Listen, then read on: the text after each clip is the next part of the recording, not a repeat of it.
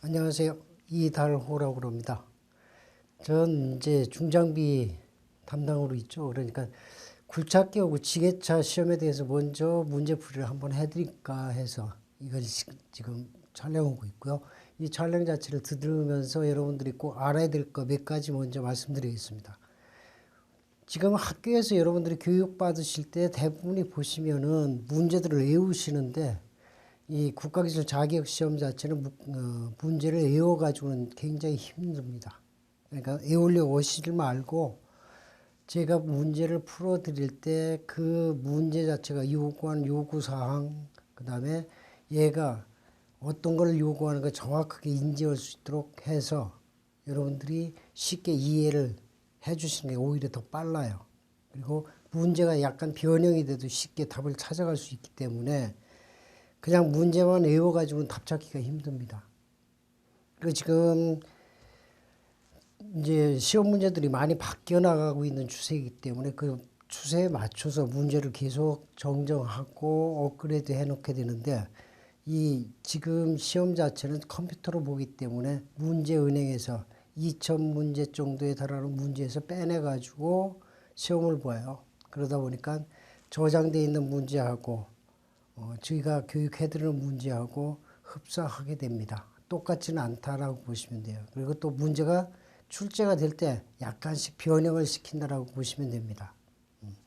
그래서 설명을 잘 들으셔야 되고 그 설명을 잘 들으시면서 이해를 해주시면 되고요.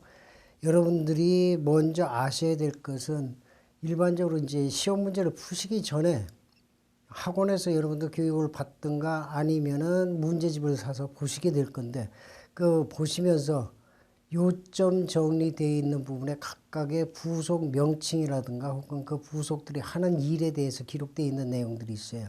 그걸 정확하게 알고 문제를 풀면은 전부 풀어집니다. 여러분들은 이제 학교 다니실 때부터 뭘 배웠는가 하면 문제를 외워서 답을 쓰는 걸로 배웠기 때문에 그 문제 외우셔가지고 국가기술 자격시험 자체는 힘이 들어요. 외우시지 말고 편안하게 들으십시오. 그리고 또 편안하게 들으시면서 하루에 한 문제 내지 두 문제 정도만 완전히 내 걸로 만든다 생각해서 교육을 받으시고요. 그렇게 해서 넘기다 보면은 문제가 계속 눈에 익게 되고 그 눈에 익은 문제들은 쉽게 풀어지게 됩니다. 그래서 문제를 풀으시면 돼요. 그래서 먼저 이 문제들이 비율이 배정되는 비율 자체로 보면 기관하고 전기가 합해서 보통 한 10문제 정도가 나와요.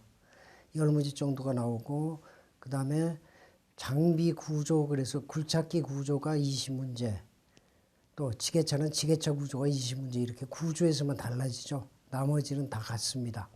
기관 전기 10문제 구조학 20문제 그 다음에 법규 10문제 안전 10문제 유압 10문제 총 60문제가 출제가 되고요. 그 60문제 중에서 36개를 맞추시면 되는데 36개부터 합격권에 들어갑니다. 그러니까 60% 이상이 되면은 합격이 된다 이렇게 보시면 돼요. 그리고 여러분들이 지금 공부하시는 거 보면은 제가 이론을 이렇게 교육해드려도 실제 시험 보기 위해서 여러분들이 이론을 배우시고 계시지 장비를 운영하면서 또는 이제 장비를 운전하시면서 그걸 활용들을 제대로 못하세요. 그럼 왜 그런가 하면 그거는 부속 이름이 정확하게 어떤 건지 모르고 부품이 어디에 있는지 이걸 잘 모르기 때문에 실습하시면서 그냥 운전 실습만 배워서 실습을 하다 보니까 장비 구조라든가 이걸 잘 모르세요. 그래가지고 현장에서 이럴 때 뭐가 생기는가 하면 일상 점검하실 때 일상 점검을 제대로 못 하십니다. 그래서 이런 패턴을 없애기 위해서 생긴 제도가 NCS 과정인데 그 NCS 과정에서도 그 장비 구조 이렇게 이제 교육을 별도로 장비 구조를 시키는 과정을 보면은 그 교육을 시키고 있어도 실제 배우시는 분들은 별로 신경을 안 써요. 근데 그게 잘못된 거죠. 그래서 앞으로는 여러분들이 장비 구조를 현장에서 좀 익힌다. 아니면 또 실습하러 가셨을 때, 실습하실 때 장비 구조를 간단하게 한번 소개 받으신 다음에 교육을 받으시는 게 훨씬 실습하는데 빠르고 쉽습니다. 그렇게 해서 준비를 해주시면 되고요. 개인적으로 혼자 이 문제를 풀기 전에 공부를 하셔야 되겠다 그러면은 법규하고 안전관리 각각 10문제이기 때문에 20문제입니다. 그 문제는 여러분들이 실제 읽어보기만 해도 쉽게 이해가 되는 문제들이 상식 문제고, 그래서 그거는 직접 읽어서 풀으시면 됩니다. 그렇지만 기관, 그 다음에 전기, 그 다음에 공통셰시, 장비 구조, 유압, 이것은 설명을 들으시는 게 훨씬 빠릅니다. 그래서 주로 이제 중점적으로 그 부분을 맞춰서 설명을 해드리고 문제풀이를 그쪽에 주로 치중을 해서 설명을 해드릴 겁니다. 그리고 여러분들이 그 용어 자체가 지금 그 시험 문제 용어가 처음 듣는 용어들이 너무 많다 보니까 굉장히 힘들어하세요. 그러니까 용어 자체를 외우려고 하시지 마세요. 외우지 말고 그냥 물질 명사이기 때문에 여러분들 영어 잘하시죠? 영어 기본적인 물질 명사이기 때문에 그 물질 명사 가지고 크랭크 그러면 구부러진 거 이런 식으로 생각을 하십시오. 그냥 생각해서 놓게 되면 그대로 다 맞습니다. 그러니까 어렵다라고 생각하시지 말고 그냥 영어 뜻이 이거는 뭐였던가 아니면 이제 우리말 단어 이런 핸드폰으로 찾아보시면 쉽게 나옵니다. 그렇게 해서 쉽게 이해를 해주시면 돼요. 그러니까 절대 뭐든 외우려고 하시지 말고 이해를 해서 넘어가셨으면 합니다. 자, 그렇게 생각하시고 오늘부터 지금 이 시간부터 풀어드릴 거는 기관편부터 시작을 할 거고요. 제가 교육을 하다 보니까 지금 현재도 교육하고 있는데 교육하다 보니까 엔진편 쪽에서 이 100문제 정도만 풀면은 웬만한 문제는 다 출제가 되더라고요.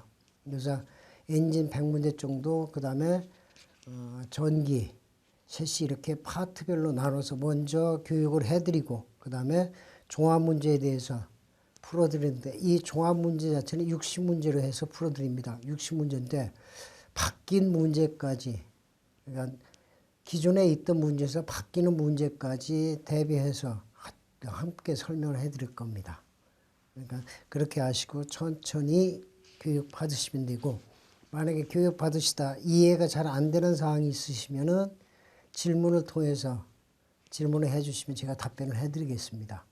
대신 이제 인터넷으로 여러분들이 회사 측에 제 회사에 그 질문을 해주시면은 제가 받는 대로 바로 답변을 해서 올려드리겠습니다. 이메일 통해서 하시는 게 제일 낫고요. 이메일 자체는 여기 학원에서 교육관에서 가르쳐 드릴 겁니다. 자, 그러면 이제 본격적으로 문제를 풀 건데 이 문제 자체는 하나를 풀면서 거기에 연관돼서 같이 나올 수 있는 문제들을 같이 풀어드리는 방향으로 해서 문제를 풀겠습니다. 여러분들이 보실 때 아무것도 모르는데 바로 문제 풀어도 될까 그러는데 실제 제가 교육기관에서 학원에서 가르칠 때는 2주 동안에 이 종합 문제를 다 2시간씩 해서 다 풀거든요. 다 풀고 시험 보러 가면은 대부분이 합격 들어오세요. 90% 이상의 합격률이 나오기 때문에 여러분도 똑같지 않을까 생각됩니다. 그래서 본격적으로 문제를 풀어드리죠. 자, 이제 설명은 대신 다 됐고요. 이제 문제에 대해서 설명을 쭉 드리겠습니다. 감사합니다. 여러분들이 받으시는 시험지, 시험지를 보시면 첫 번째 기관 과목평가, 필기 과목평가 그래서 기관이 있을 겁니다. 그 기관편부터 시작이 되는데 그 기관편의 문제들은 차례대로 나와 있는 게 아니고 시험 문제에서 많이 나오는 문제를 발췌해서 바로 지금 문제를 풀이하다 보니까 많이 섞여 있어요. 그래서 처음부터 뭐 엔진 그래서 엔진 기초편부터 나오는 게 아니고 여러 문제들이 합해진 대로 그대로 같이 풀어 나갈 테니까 그렇게 알으시고 들으시면 될 겁니다. 먼저 첫 번째 1번에 독립식 분사펌프 그랬는데 이게 독립식 분사펌프는 디젤 기관에서 연료 공급 방식에 독립식이 있고 분배식이 있고 공동식이 있어요. 그 중에서 우리가 제일 많이 사용이 되는 게 독립식입니다. 이 독립식은 힘을 크게 쓰는 큰 장비들한테 사용되는 그 형식이에요. 승용차에 사용되는 거나 혹은 디젤 엔진 쓰고 있는 여러분들 타고 다니는 AV 차량 뭐라고 그러죠? 그 놀러 다니고 오시는 차들 그 디젤 차를 보시면은 걔들은 독립식이 아니고 분배식으로 되어 있습니다. 그러니까 차량에서 작은 소형차에 쓰는 방식이 아니고 이 독립식 분사펌프는 대형 장비, 큰 힘을 필요로 하는 장비에서 쓰는 연료 고압 펌프다라고 보시면 되고요. 여기에서 분사펌프가 장착됐다라고 했는데 이거는 그냥 이해 문제입니다. 그러니까 이거에 대해서는 신경 쓰실 필요 없고 바로 뒤에 나와 있는 디젤 기관입니다. 디젤 기관에서 가동 중에 발전기가 고장이 났다. 그러니까 엔진 작업하고 있는데, 그러니까 여러분들이 현장에서 굴착기든 지게차든 작업을 하고 있는데 그 중에 갑자기 시동이 꺼졌다. 발전기가 고장이 났다. 이 발전기가 고장이 났는데 이때 발생되는 현상으로서 나타나는 것은 어떤 것이냐 이렇습니다. 이 문제이기 때문에 먼저 당연히 운전석 계기판에 충전 경고등, 그래서 충전 경고등을 보시면은 여러분들 승용차에서 똑같이 이렇게 사각 틀이 있고 요 사각 안쪽에 이렇게 표시가 되어 있을 거예요. 여러분들 배터리 등이라고 그러죠. 충전 경고등에 적색 불이 켜집니다. 불이 들어오고 배터리가 방전돼서 시동이 꺼진다. 자, 디젤 엔진은 휘발유 엔진처럼 전기적인 에너지를 이용하는 것이 아니고 압축열을 이용해서 연료를 연소시키는 방식이기 때문에 시동은 꺼지지 않습니다. 근데 우리 선생님 거짓말한다고 그럴까요? 커먼레일 엔진에서는 시동이 꺼집니다. 그는 이제 전자제어 방식이기 때문에 컴퓨터에 전원이 없으면은, 전원이 약해져서 전원이 없어지면은 컴퓨터가 기능을 발휘할 수 없기 때문에 시동이 꺼지는 거예요. 그렇게 아시면 돼요. 그러니까 전자제어 방식, 예전에 쓰던 디젤 엔진은 절대 안 꺼져요. 근데 지금 현재 나와 있는 커먼레일 엔진이라고 하는 디젤 기관은 전자제어 방식이기 때문에 일정 시간이 흐르면은 배터리가 없어지면은, 약해지면은 시동이 꺼진다 이렇게 생각하시면 됩니다. 그 다음에 헤드램프를 켜면은 불빛은 당연히 배터리가 약해지기 때문에 어두워지죠. 다음에 전류계, 그래서 전류계는 지금 충전 경고등이 나오기 전에 암페어 미터라고 했던 것을 얘기합니다. 전류계가. 암페어 미터라고 하는 이 전류계 자체 또한 마이너스 쪽으로 움직이게 돼요. 그러니까 충전이 안 되는 상태에서 충전 경고등, 그 다음에 구형 중장비에 보시게 되면은 전류계라고 하는 암메다가 설치되어 있는, 그러니까 암메다 자체는 마이너스 쪽으로 먹게 됩니다. 자, 그래서 이 1번 문제에서 틀린 것은 시동은 안 꺼진다. 2번입니다. 자, 다음 2번 문제. 연료 탱크의 연료를 분사펌프 저압부까지 공급하는 것 그랬는데, 자, 이 연료의 공급 순서를 보시면요. 자, 연료 라인의 연료 공급 순서는 디젤 기관의 연료 공급 순서인데 하나씩 보죠. 먼저 연료 탱크가 있습니다. 이 탱크는 그날 필요한 연료를 저장하죠. 연료 저장하고, 자, 탱크에서 스트레이너를 거쳐요. 그러니까 탱크에, 여러분들 잘 아시는 탱크 속에 필터가 2개 들어갑니다. 연료 집어넣을 때 주입구에, 여러분들 주유소에 가서 기름 넣죠. 기름 넣을 때 보면 그 암이라고 하는 연료 주입구에 망이 설치가 되어 있어요. 첫째가 그거 하나 있고, 그 다음에 연료통 내부에, 자, 엔진 쪽으로 빼주기 위한 것에 필터가 달려 있는데 그 필터가 스트레이너입니다. 스트레이너인데 이거에는 1차 여과하고 그 다음에 어떤 역할을 하는가 하면은 연료 탱크의 연료를 펌프로 유도해 주는 역할을 해요.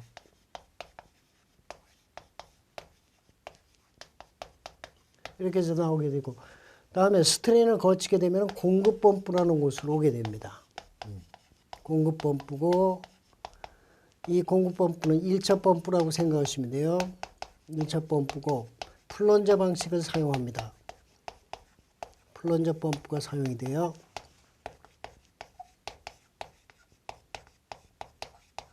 플런저 펌프를 사용하고 있고, 그러니까 고압용 펌프예요. 디젤 연료 장치에만 오로지 분사 펌프하고 공급 펌프는 플런저 방식입니다. 고압용. 플런저 펌프를 사용하는데 탱크의 연료를 흡입 가압해서 흡입 가압하여 압력을 가해줘 가압하여 분사펌프까지 공급합니다.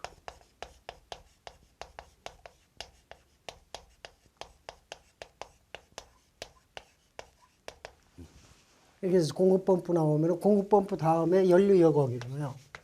연료여과기로 오고 이 연료여과기 자체가 연료 속에 불순물을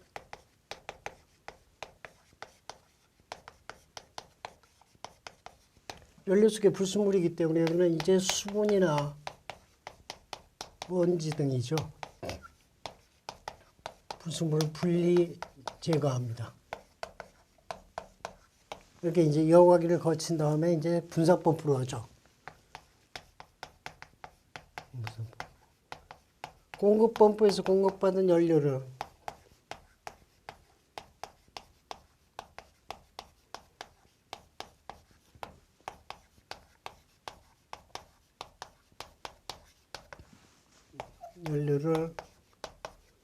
고압으로 해서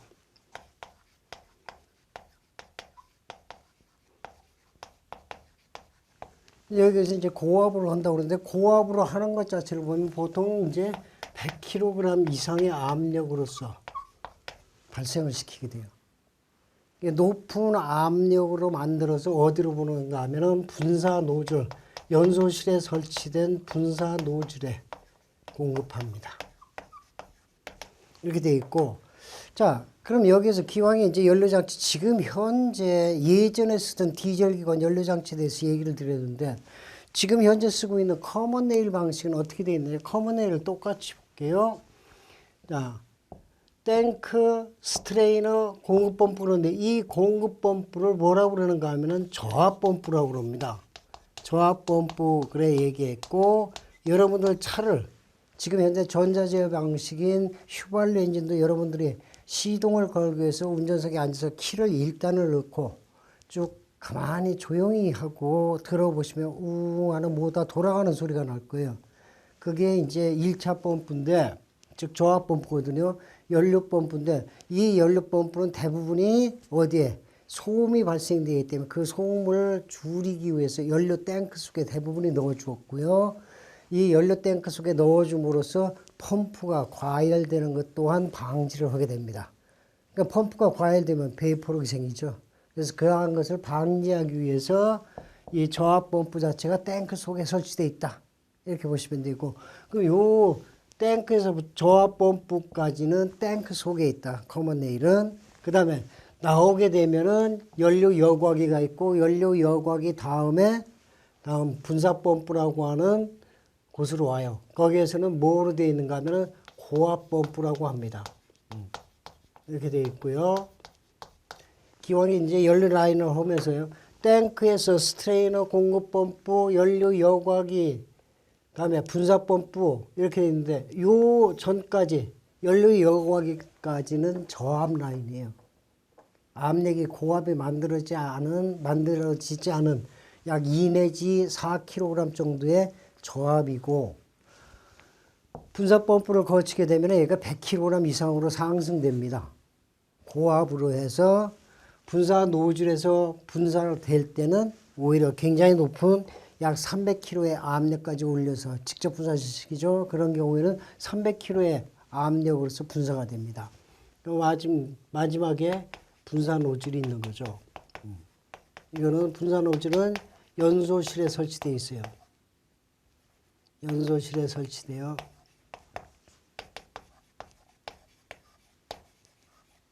연료가 분사되죠.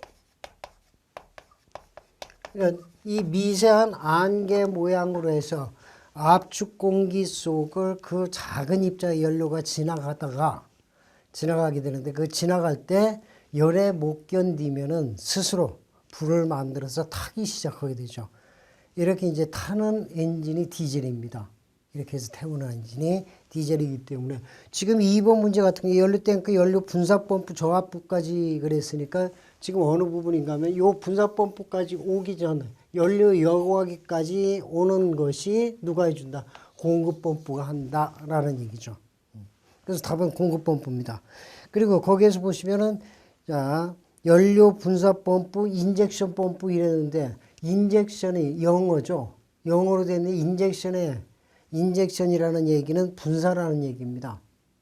그러니까 연료 분사 펌프나 인젝션 펌프나 이 인젝션 펌프가 그럼 또 뭐라고 그러냐. 옛날 분들은 연세가 있으신 분들은 불안자라고 그래야 빨리 알죠. 이 불안자 자체는 일본 사람들이 우리 고종 황제 때 그때부터 이제 차가 들어오기 시작했지만은 그 당시에 일본 사람들한테 물려받은 언어입니다. 그러니까 플런저 펌프의 약자를 불안자 그랬어요. 왜? 일본 애들이 혀가 짧은지 피읍바람이 잘 안 되죠. 그래가지고 불안자라고 한 게 지금까지 내려왔던 거고 지금은 많이 변형이 돼서 바뀌어져서 분사펌프라고 얘기들을 많이 합니다. 그러니까 그만큼 학원 쪽에서 교육을 시켜가지고 내보낸 인력들이 이제 지금 그 현장에서 많이 있다 보니까 옛날 말 그대로 불안자라고 그러지를 않고 연료 분사펌프 얘기를 합니다. 아니면은 인젝션 펌프라는 얘기를 오히려 더 많이 쓰죠.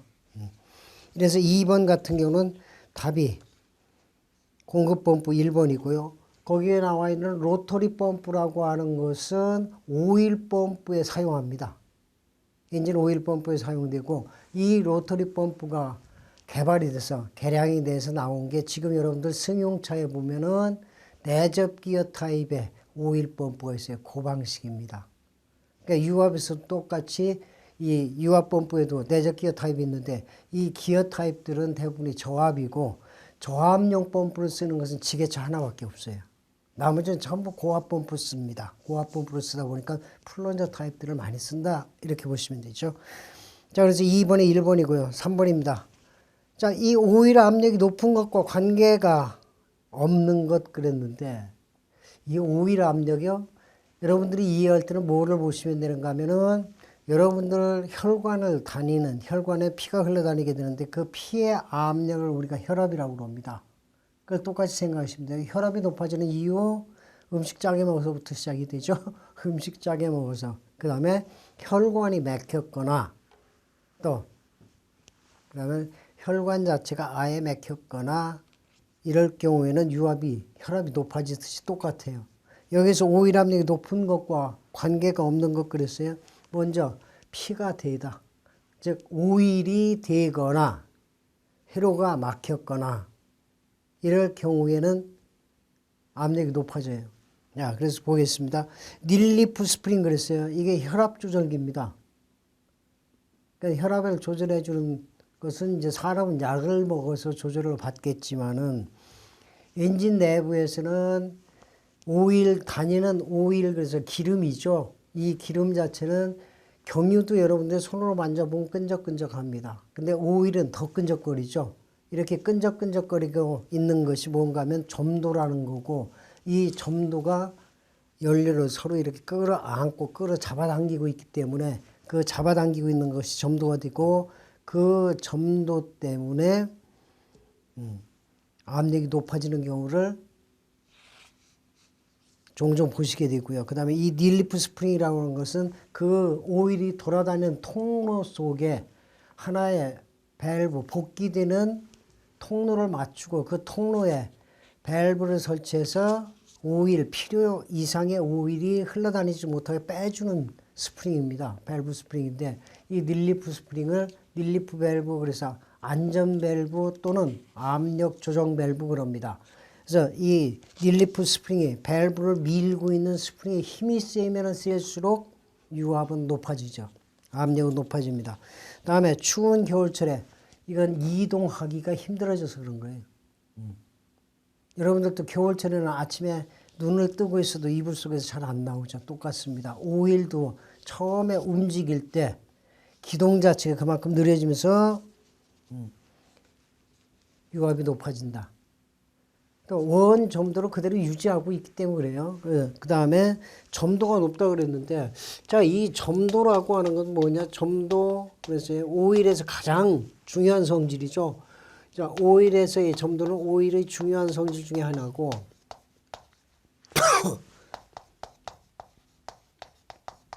이런 유체의 이동 저항을 뜻합니다.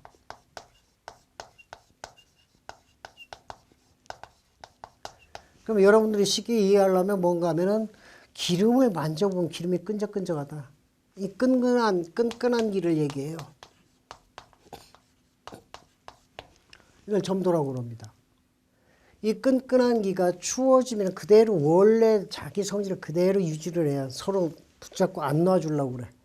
이러다 보니까 이동될 때 그만큼 걔네들 한꺼번에 같이 밀어야 되니까 힘이 더 들어가죠. 그러면 당연히 유압은 높아질 수밖에 없습니다. 다음에 점도가 너무 낮다, 너무 묽다, 피가 묽다라는 뜻이에요. 피가 묽으면은 혈압이 떨어지듯이 점도가 낮으면은 유압이 낮아집니다. 그래서 지금 이 3번 같은 경우는 관계없는 것이기 때문에 점도가 낮을 때죠. 4번. 다음에 문제 4번입니다. 엔진의 시동이 꺼지는 이유에 해당되는 것 찾습니다. 꺼지는 원인에 해당되는 것. 첫 번째 연료 펌프의 고장이다. 그럼 연료 펌프가 고장 났으면은 탱크의 연료를 여기까지 분산 노즐까지 보내야 되는데 갈 수가 없다. 왜? 이 펌프가 얘든 고장이 났어요. 고장이 나서 아파가지고 작동을 안 하면은 당연히 보낼 수가 없는 거고요. 발전기 고장과는 아무런 관계가 없습니다. 발전기 고장은 자, 휘발유차에서 발전기 자체에서 발생되는 전기를 공급하는 역할을 하게 돼요. 각종 전기 제품에 전기를 공급하고 배터리에 충전하고 이 역할을 해주는 게 충전장치가 하는 일입니다. 그러니까 엔진이 작동 중일 때는 배터리 전기가 나가는 게 아니고 발전기에서 나오는 전기로 휘발유차들은 작동을 시키게 됩니다. 그 다음에 물펌프가 고장났다? 그럼 물을 공급해 주는 건데 엔진 속에 물을 돌려주기 위한 거예요. 물을 순환시키기 위한 펌프인데 엔진에서 물이 순환이 안 되면은 당연히 엔진이 열을 받게 됩니다. 이것이 이제 물펌프 고장이고 기동 모터 그러면 시동을 못 걸어요. 기동 모터는 오로지 시동 거는 데만 사용이 됩니다. 그러니까 여러분들이 차에서 시동 걸 때 스타팅을 시키죠. 키를 집어넣어서 엔진 발동을 걸게 되는데 그 발동 거는 역할만 해주는 게 엔진 키에 의해서 작동되는 배터리 전기를 사용해서 엔진만 돌려놓는 일만 해요. 다른 거는 절대 안 씁니다. 그 일이 끝나면 그대로 쉬죠. 자, 그래서 4번 같은 경우는 연료 펌프에 고장이 나면은 당연히 연료 공급이 안 돼서 시동은 꺼진다. 특히 디젤 같은 경우죠. 휘발유 같은 경우도 마찬가지고 연료 공급이 안 주고 밥을 안 주기 때문에 힘을 낼 수가 없습니다. 다음에 5번 사행정 사이클 디젤 엔진의 흡입 행정입니다. 흡입 행정 그러면은 실린더라고 하는 엔진 안으로 공기하고 연료를 빨아들이는 행정을 뜻합니다. 빨아들이는 행정인데 이 흡입 행정에 관한 설명인데 틀린 겁니다. 먼저 흡입 밸브 들어오는 이 밸브 그러면 뭐로 생각하시는가 하면 여러분들 굉장히 어렵게 생각하는데 옛날 분들은 밸브 그러면 변이라고 그래야 알아들으세요. 가변 밸브 뭐 이렇게 하면 변하는 밸브 이렇거든요. 그렇기 때문에 이 밸브 그러면은 그냥 출입문이다라고 생각하시면 돼요. 어떤 통로의 문 역할을 해주는 게 밸브다. 밸브 출입문이다. 중간중간에 오일 회로에 혈관에 중간중간에 밸브들이 설치되어 있고 그 밸브가 열리면 피가 흐르고 닫으면 피가 안 흐른다 이렇게 보시면 되는 거죠. 그래서 흡입 밸브를 통해서 공기가 혼합기가 흡입된다 그랬는데 혼합기라고 하는 것은 뭔가 하면 혼합기는 그냥 섞인 공기라는 뜻이죠. 그러니까 연료와 공기에 섞인 물질입니다. 이걸 혼합기라고 그래요. 이 혼합기가 필요한 건 디젤에서는 필요가 없어요. 디젤에서는 공기만 먼저 빨아들입니다. 공기만 빨아들이고 연료를 분사시켜서 압축 공기 속을 통과시킬 때 연료가 못 견디면 자연적으로 불이 붙어서 타는 엔진이 디젤입니다. 자, 그러니까 혼합기는 어디에? 휘발유차나 LPG차에만 해당이 돼요. 지금은 여러분들이 여기에서 이 문제는 사행정 디젤 엔진이라고 그랬습니다. 피스톤이 4번을 움직이는 디젤 엔진에서 그렇기 때문에 디젤 엔진은 공기만을 흡입해서 사용되는 거죠. 기록을 해드리면 디젤 기관이라고 하는 것은 자, 디젤 기관은 공기만을 흡입하여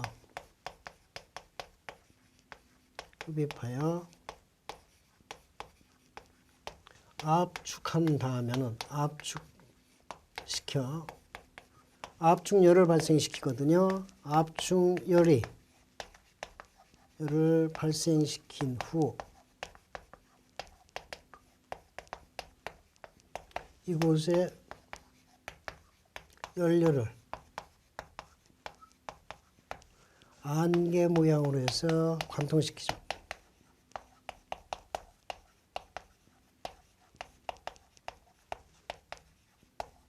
통과시키면서 압축열에 견디지 못한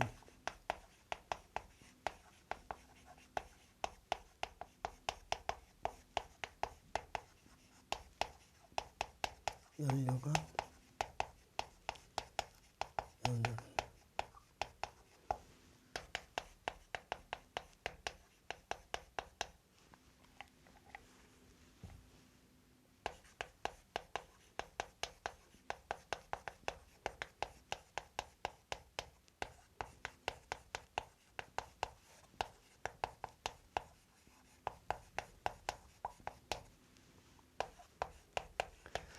자, 그러니까 보세요. 압축열을 발생시키는 곳에 연료를 안개 모양으로 해서 미세한 안개 모양으로 해서 관통을 시키게 되면은 그 중에 열을 먼저 흡수해서 견디지 못하는 연료 입자가 불을 만들게 되고 그 만들어진 불에 의해서 자연적으로 연료를 태우는 이런 기관이 바로 디젤 기관입니다.